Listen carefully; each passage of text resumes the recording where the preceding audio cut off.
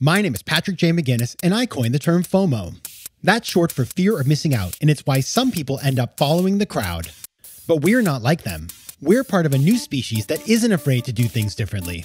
I call us FOMO Sapiens. And this is the show where you'll meet people like us, phenomenal FOMO Sapiens, to learn how they find the courage and the ideas to live exceptional lives.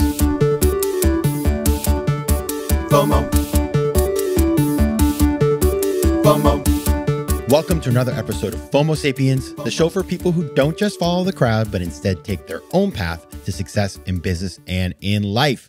I am your host, Patrick J. McGinnis, venture capitalist by day, author and podcaster by night, and obviously FOMO Sapiens 24/7. And the topic today is, this is a spicy one for a FOMO Sapiens, busyness and the high cost of being busy and how to manage it. And my guest to discuss this, which is something that I feel all the time, and I know many of you do as well, is Juliet Funt, who is the author of A Minute to Think, Reclaim Creativity, Conquer Busyness, and Do Your Best Work. Now, Juliet is a renowned keynote speaker, tough love advisor to the Fortune 500, and founder and CEO of the training firm Juliet Funt Group. She's an evangelist for freeing the potential of companies by unburdening their talent from busy work. And she's worked with organizations such as Spotify, National Geographic, Anthem, Vans, Abbott, Costco, Nike, Pepsi, Sephora, and ESPN, among many others. Now, on this episode, we are going to talk about the cost of busyness in terms of your health and well-being, your productivity, and in fact, the real dollars and cents that it's costing you and your business. We're going to talk about how you can use space, specifically adding space into your daily routine to combat busyness. And we're going to start with your calendar on that. So Juliet has a lot of sort of very tactical tips that we're going to get into, from running and organizing meetings to turning off your camera during Zoom calls and the power of doing that. And let me tell you something, that is liberating. So this episode has a lot of good in it, and I hope you enjoy what she has to say. Now, for your small ask, I want to just suggest that you try this Zoom trick. So again, I'm not going to make the small ask about me this week. Just try turning off the camera during a Zoom and see how different you feel. I got to tell you, you just remember the old days when you didn't have to do Zooms because you just talked on the phone? Well, it kind of takes you back to that place, and it is very nice. So give it a try. All right, and now onto the interview. As you know, I like to start with the same question with every guest on this show, and I made no exception for Juliet. So I started our conversation with this question. What's the most important decision that you've had to make to get to where you are today? When I was 22 years old, I was at the end part of a pretty sad and kind of broken part of my life where I was struggling and really pretty deep in an eating disorder. And there was a day where I made a decision to get help.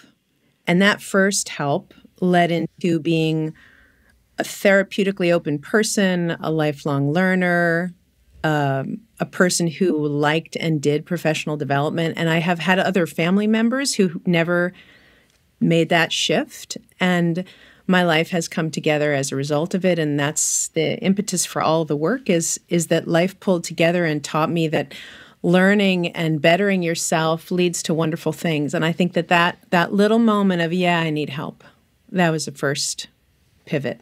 Wow. Appreciate that. You know, we like to go deep early on this show, and we just did it. Yeah. So I appreciate you sharing that with us. You have this new book out, and you talk about the plague of busyness, which, I mean, I get you. And so I want to know, just before we get into all of this, why did you decide that this is what you wanted to talk about? What is it about you and busyness that go together? I definitely wrote the book that I needed to read. So let's start with that. I'm a go-go, Manhattan, fast-paced, tech-addicted lady that left to my own devices would be steeped in busy every day. And so the topic is constantly interesting, always solving my own problem while I'm solving other people's problems. But the impetus for the book really was 20 years of watching human beings sit in work in a state of this tolerated misery where work is just the hardest part of their day. And individuals that moved me in that journey, people in the book like Mindy, this wonderful woman who's a salesperson for a nutritional company. And she was so excited she got promoted.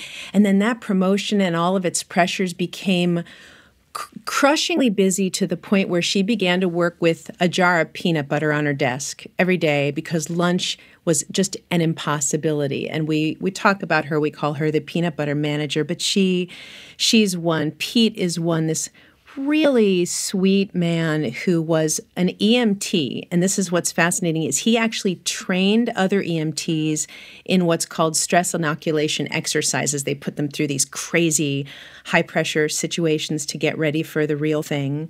And even this powerfully protected man with all of his preparation in his day job where he was getting 200 emails a day ended up in the ER with trouble breathing from stress. And it's everywhere. It's just everywhere. Before the pandemic, before work at home, before the new burnout stats. And I wanted them to know that they're not alone. And I wanted them to know that this is absolutely a solvable problem, that there is an exit strategy that is clear if you choose to take it. You're right. Business is everywhere. And you write in the book about you were in this like small town in Italy. And this guy was like, I'm so busy. And he wasn't, I mean, I can understand if you're talking to like an emergency room surgeon who has 4 kids and you know what I mean? Like, but I think we all feel busy all the time. I blame part of that on the fact that just like, we have our phones in our hands. So like any time we would, you know, in say we're like 100 years ago, we would have had all these like unstructured time. We're going to get into that. But we fill it now with a bunch of junk. It's like, you know, instead of eating nutritious meals, we're just snacking on the bad things all the time. And it is crazy to me. Like, what do you think is the reason why everybody feels busy right now? Is it tech? Is it culture? Is it all of those things? Juliet B. Shore, this wonderful writer, calls it performative busyness. There's an aspect of theater to it where we're just signaling so often value and status. I think that's a big part of it. I think that there is the tech, and the tech is definitely a driver that we can talk about, but it would be foolish to only think that it's because of the tech. I honestly think that there's an emptiness that we cultivate with distanced families, broken up communities, lack of foundational little town sweetness that we can't really rely on that kind of sense of community. I think sometimes we're filling another need. And I'm not a psychologist or a psychiatrist, but I've definitely felt that in myself, that call to busy is a high stimulating, distracting, thin, easy hit of something similar to joy kind of stimulation. I think there's a lot of layers to it. Yeah, you call busyness a false god, in fact. And as I thought about that, as I was thinking about that, I remember times in my life, like now I just got stuck in a COVID quarantine for a couple of days because I got exposed to somebody. And I was sitting at home bored and I was sort of like, wow, I'm bummed out that I've been exposed to COVID. Like, that's not good. But I'm really loving this free time. I read a book. I made some soup, you know, all the stuff. I really did. It was delicious. And I do think that the busyness bit, which I mean, we've all been on the other side. It's like when you're really busy, there is sort of like this thing, well, I'm important. I matter because I have all these things to do. But the reality is like, it is a false god because it means nothing at all. It is. And if we make the shift to business, busyness is costing us business. It is financially illogical. It is bad for creativity. It exhausts good people who try every morning to go to work with good intentions. And so that, you know, we live a lot in this corporate and entrepreneurial space where every single day, people bring this little spark and they try to have an earnest contribution or to touch work of meaning. And all they do all day long is delete CCs and multitask in meetings. And it's not a way to feel that you have been of contribution in your day. And so that's why we get to the end of the day at 6 o'clock and say, did I do anything? And we go home empty. And that's really what I'm on a mission to solve. FOMO. All right, so I'm in a meeting and I'm going through my emails. So, and I totally don't deliver in the meeting. And basically, like, is filing and deleting emails, is that impacting the world? Of course it's not. It's completely ridiculous. So let's get into solutions. Let's start. Your book is called A Minute to Think. Tell us what is the solution to this horrible plague of busyness. So we're going to get into, I want to do a lot of tactical. We talked about that before, but we have to start with the foundational metaphor of the entire body of work, which is that of building a fire. If you build a fire, which I told you I was not good at as a child, grew up in Manhattan, didn't know how to do it. But what I learned as an adult is that ingredients matter. You want to have the right kind of dry starter, pine needles, newspaper. The wood actually matters. Soft wood catches fast and hard wood burns long. And I've learned all these things. But there's one foundational ingredient that if you skip it, that fire will never, ever ignite. And that ingredient is the space. It is the space in between the fire that the flames can't live without. And when you add that oxygenating space, you have a beautiful blaze, but the metaphor extends to us. And we also need this sense of the lungs being able to finally expand, not only for rest, and this is the primary misconception of my work, not only for recuperation, but for ideas to go from spark to blaze, for strategy to be clear, for us to be objective about our work. So many places where we need that oxygenating space. We call it in our work white space, and the name came from back in the days of coaching executives looking at a paper calendar and noticing that the days that had lots of white, literal white spaces, those days had spectacular possibility. There was all sorts of things that could happen on those days, not so on the ones that were all filled. And the way that you access it is you just take a strategic pause and it just rushes in. And this is what we want for people to have that oxygen. I love the analogy of the fire. As somebody from Maine, I'm always the one who builds the fire, by the way. Like anytime I go somewhere and a fire needs to be built, it's like, oh, McGinnis will do it, which I'm happy to do. But I never really thought about the white space thing that you just said, this notion of the empty calendar. But I can think about the opposite, which is when I look at my calendar on a day where I'm scheduled from 9 to 7 in meetings. And it doesn't happen a lot because I can't tolerate that. I don't have the attention span for that. But, we do have those days. I come into the day and it's like I'm armed for battle because I know that it's simply a process of enduring, right? And then you think about a day where there's open space and you're like, you look forward to it. And you have to choose how you're going to fill that space. And I think you're going to help us think through that today. You could fill it with just like Instagram, which we wouldn't call that space, but idea. Let's get into the details for sure. Let's get into that. Let's start with that meeting calendar because you painted a portrait that is, you said it's only occasional. You have a lot of agency in the work that you design, but a lot of people don't. And a lot of people it's 7 a.m. to 7 p.m. every day now. We've created these horrifying new norms through COVID, through our anxiety and confusion. And now we are going to have to purposefully unwrite those norms. They're not going to just go away. So would it work to start with meetings? Let's just dive into that. Yeah, let's get going. All right. Save me. If we were wheeling in your meeting calendar to an ER on the stretcher, right? And we're going to triage what's most important. We begin with the cardinal rule, never let the colors touch. Because if the colored blocks are touching on the calendar, all sorts of amazing things are not going to happen that day. What we want to see is a stripy white calendar, 5 minutes, 10, 15 in between each and every meeting. And if you like, we can also break down what happens inside those slices, but that's where we begin. And you just look at it right now, it probably looks like a paint swatch with just color, color, color, color, color, color. So just as a beginning point, we start there. Mm-hmm. Now, another thing that I really think needs more talking about in the world of productivity, we all love time blocking. It's the tool. When we don't have meetings, we're supposed to look at our own blank calendar and say 1 hour social media, 1 hour blogging, 1 hour financial prep. The problem with time blocking is that it kind of in real life ends up being a little rigid.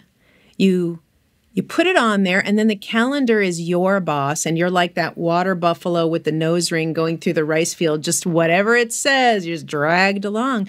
But what if you and I had an hour blocked to create a wonderful, let's say we're going to do a philanthropy project together, and our hearts really get awakened at around minute 42, and we start going into something deep. Oh, but then ding, top of the hour, time for Twitter, and what are we going to do, abandon that thread? So we like to talk about it as time sketching in pencil. it's a really subtle shift, but it makes a big difference to say, I'll time block, but then I'm going to keep revising, adjusting, and I'm going to have an eraser in my hand the whole day because I'm not going to cut off inspiration if it strikes. And so just adjusting those two things, the fact that the blocks are not so solid and the fact that there's some stripes now we begin to have a little oxygen. And so just to tell you what I'm hearing, you're instituting pauses. You're making sure that when one thing ends, you're not simply running into the next thing, that you're creating space in between the different sort of events that you have in your day. And then you're also, when you do have free space, you're sort of, you may put it on the calendar, an hour for this, hour for that, but you recognize the fact that it should not be rigid, that if you get into an activity, and by the way, that actually is kind of what happens to me all the time. I do write down in my free space, like work on this particular thing. But then once you get into it, like you can't write an essay in an hour. You may have the best idea later on. And so you need to be flexible. Now, that sounds great for me. You solved my problems to some degree. I know there's going to be more, but I'm thinking about somebody who's listening who says, well, you know what? That's great if you have control over your calendar. I have people that put things on my calendar. I can't, you know how it is, those people who send those calendar invites. We don't like them, but they're constantly, encroaching upon your free space. So when you don't have that level of control and agency on your calendar, how can you implement some of the things we're talking about? Well, this I don't have agency piece is valid, but also a slippery slope into avoiding what you can control. There are 12 core tools in the book, and there was a graphic that we didn't use in the book, but it was at the end. It was going to be for the skeptic who says, I work in a big company and the mothership rules my life and I can't do anything. And there were 10 out of the 12 tools that could be done 100% within your own span of control. So it is really important to first start with, wow, I bet there is a lot on your meeting calendar that you can control. So when you are the inviter, you can be more mindful about who's in the meeting. You can go for those 25, 20, or 45-minute slots to create some of those stripes of white. When you're the recipient, it's wonderful to start developing gently the practice and habit of being able to opt out when you are not necessary in the meeting. And I want to tell you how hard this is, not just for people in the trenches, but there's a leader in the book called Devin, and he's a big shot in an accounting firm, super big shot guy. And he told me the story of 4 meetings that he sat in one day. It was a meeting sequence in upward levels of sign-off where the same pitch had done over and over and over as the different levels came into the room. He sat through the same pitch an hour at a time, 4 times. He said by the 4th time, he was mouthing the words of the pitch. He knew it so well. But he was only needed in the 4th meeting. And even this person with agency and power and seniority, it never occurred to him to just say, I think I'm going to opt out. And when you begin this, you just have to introduce the idea of sometimes I'm going to opt out. Now, it's very scary for most people. So let me walk you through all these scaffolding pieces that are necessary to do it. First of all, you probably want to get a nobody, which is find one pal to be your buddy that you can go to when you say, listen, Patrick, I need to opt out of a meeting. I have no idea how to do that. I'm going to get in trouble. I'm going to be seen as a not team player. What about this language? Could I say it this way? Or maybe I could show that I'm not really adding or contributing or benefiting, and you work it out with your nobody. Have a person, because it's not an easy thing to do, as you could see from Devin, the big shot, who couldn't do it either. And then try to find reasons that it's smarter for you not to be in the meeting, and if possible, with a quantification element. Meaning, if you're going to go to a leader and say, I'm noticing about 10 to 15% of my meetings are meetings where I'm really not contributing or benefiting. I think I could be doing better work for the company. Or I notice in 20% of my meetings, there is a peer of mine that is really an equal to me in level and expertise, and we're both sitting in the same meeting. So anytime that you can add a quantification element, you're going to get that ear of a senior person more easily. But it's baby steps. It's practicing and learning how to do it. It's so powerful. I'm just listening to you. I'm recalling, I don't know if you saw this article. There was an article in the Wall Street Journal about people who took a second job because now that we work from home, they were actually working 2 full-time jobs, and they realized they were in all these meetings where they didn't have to do anything. And in fact, if they didn't go to the meeting, they just had less work to do. So going to more meetings creates more work for you that doesn't necessarily drive anybody's agenda. And if you're careful about controlling meetings, you can actually have less sort of stuff to get through and more time to do the things you actually want to do. So I thought that was really interesting and it surprised me. Does that surprise you? It doesn't surprise me at all because there's so many valuable things that we would be doing if we weren't sitting in those meetings. I think that even saying that would be one of those communications to practice. Here is something I would really love to work on for you rather than sitting in this meeting where I will just be listening to a report out of two-dimensional content that I could have gotten as an email. And so actually stating the project you'd like to work on. When you're on the other side of it, the inviter, I think a really powerful lens to consider is who should I invite and who should I inform? And one of the things we love playing with is where companies make this possible is if you publish open source notes of what was said during the meeting, people don't have that FOMO of I didn't sit in the meeting, so I didn't know what was happening.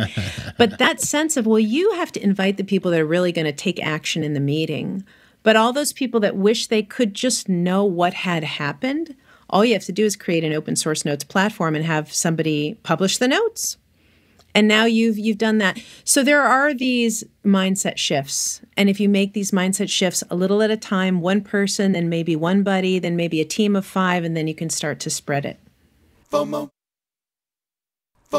I'd love to talk about how to organize good meetings because there are good things about meetings, but most people, we're never taught, right? There's no like class you take in university. It's like how to throw a good meeting, how long it should be, what you should do.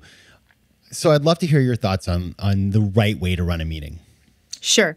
The prep is the most important. So, you were surprised. You sounded a little surprised that I was listening to your stuff in prep, but I'm a big fan of prep. And I think that professionals prep. Professionals should also prep for meetings. And that's where we get back to that slice piece of how do you break down the white. So maybe I could go back to that. Mm-hmm. In a perfect 10-minute pause between meetings, I would like to see you do 3 things. I'd like to see you look back, look within, and look forward.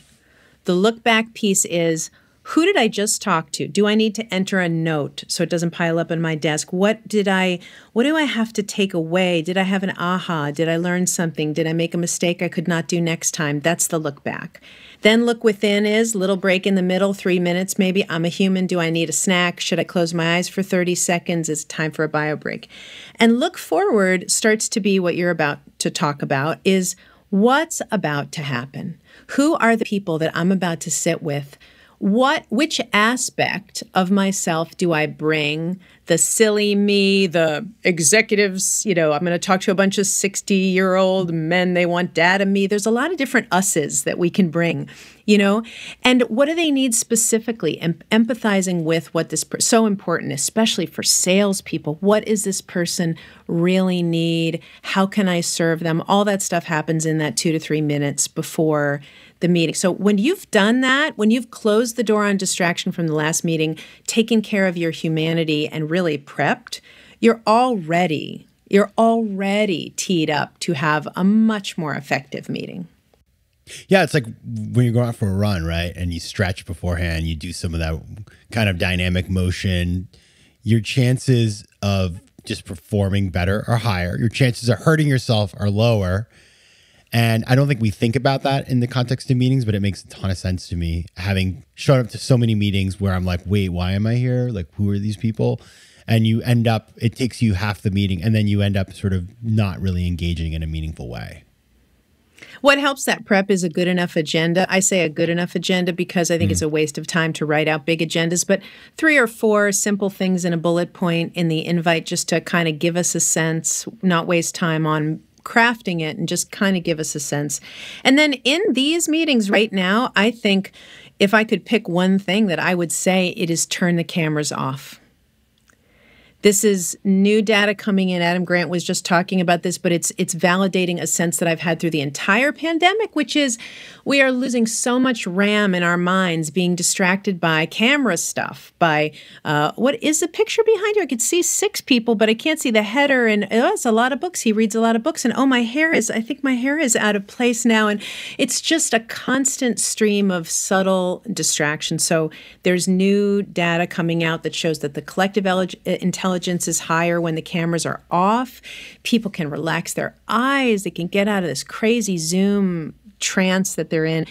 I keep cameras on in our meetings for times when a 3D read of your face is relevant to business. And that means if I'm closing something on a deal, I want to see your face when I say the number, right? Or if I'm giving feedback to an employee that I know is important, but I can tell could be hurtful, and I'm not really sure how sensitive they are, I want to see their face the minute that that hits. But I'm not going to keep the cameras on to make sure that you're not petting your dog while the meeting's going on. I'm going to trust adults to do good work. And that means giving them permission to not have to stare at this ridiculous illuminated panel for 12 hours a day. And I'm pretty passionate about that. If you get people, it's really funny, you say, turn the cameras off. I've had meetings where they turned it off and then they turned it back on because they thought it was an exercise. I said, no, turn them like all the way for the rest of the meeting off. I probably think that'd be my biggest contribution to the current conversation. Wow. This is, first of all, breaking news for me. I didn't know. I mean, it makes sense now that you say that. I have often complained, it's like, before the pandemic, I was on the phone all day long, quite happily, and I didn't see people's faces, and I managed to have a successful career and life. And by the way, I talk to really close people in my life, friends, family, and others, and I don't do it with the screen, and these are the most important people. So why am I talking to people who are still important to me, but they're not, it's not like my mom and dad or something. It's very interesting. And I hadn't thought about that, but going forward, everybody who knows me, if you want to talk to me on Zoom, has to be because you really have a good reason to see my face. I'm making that change starting today. So thank you for that. And we use Zoom. We just use it with the cameras off. And we won't do it now because we're limited time and so much content, but if we turn them off, there's this thing that happens in your brain. You just kind of, you relax into a different kind of listening. Mm-hmm. It's just, you're tracking the subtleties in somebody's voice differently. And I get much more out of it. Now, Juliet, you're clearly a FOMO sapiens. You're also a human, and I imagine sometimes you have to multitask during a meeting. And in your book, you talk about this wonderful little trick called phone narration that I thought was really cool. So I'd love you to tell everybody about the phone narration, because I was just like, woof, this is masterful. Thank you. I love that you pointed that out. That's one of my favorite children in there. The phenomenon of being with human beings who pick up a phone and then mysteriously disappear into it is just everywhere we look. And we have no idea whether they have picked up the phone to do something that has to do with what we're talking about with them, or whether they've just disappeared. And the story in the book is about this client of ours where I was sitting with a couple clients. I was having a conversation. I said something about how many regional managers they had. And then a little bit later in the conversation, the guy that I was speaking to just picked up his phone and completely disappeared. And he was in there, blah, blah, blah. And I'm still talking. I couldn't make eye contact anymore, so I'm awkward now. But I start thinking, wow, that's really rude. Did he just go into email? I don't really know what. And a painfully long period later, he lifted his head with a sweet service-based intention and said 350 regional managers. Because the whole time he was trying to find the stat that I had asked for, but I had no idea. So we do this in work, and we do this at home all the time when we're sitting with children and loved ones. We just pick up the device and we disappear. So the solution is called phone narration, and it is simply to narrate your digital-based activities when you're doing them, meaning, I'm just going to look up that regional manager stat. I'm just going to check my flight to see if it's on time.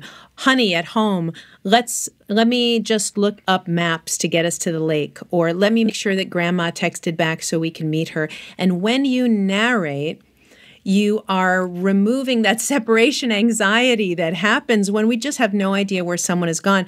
Fun parts about the tip. Number one, a lot of times you pick up the phone and you're trying to narrate, but you realize that you've picked up the phone for no reason at all. That's a good one. You say, because I'm in love with it and it's my mistress and that's why I picked it up. But then the fun thing is that all the people in your life will very quickly start to say, can you narrate, please? because now they're missing that clarity. Once they've experienced the fun of having a sense of where you are, they'll want it all the time. Phone narration, everybody. Try it out. All right. The book is called A Minute to Think, Reclaim Creativity, Conquer Busyness, and Do Your Best Work. If you want to read more about Juliet and also find out more about her work, you can go to julietfunt.com. Also, check her out on LinkedIn, where you can sign up for her LinkedIn newsletter. Juliet Funt, thanks so much for being here. Thank you. FOMO. If you like today's show, please be sure to rate it and recommend it to your friends. And as always, you can find me on Instagram at Patrick J. McGinnis, on Twitter at PJ McGinnis, and on the web at FOMOSapiens.com or PatrickMcGinnis.com, where you can get all kinds of free resources to live a more decisive and entrepreneurial life. FOMO Sapiens is recorded in New York City. Theme music is by Mike McGinnis, and editing and post-production is by Josh Elstro. If you like today's show, please be sure to rate it and recommend it to your friends. And as always, you can find me at FOMOSapiens.com and at PatrickMcGinnis.com. To advertise on FOMO Sapiens, reach out to contact@FOMOSapiens.com. FOMO.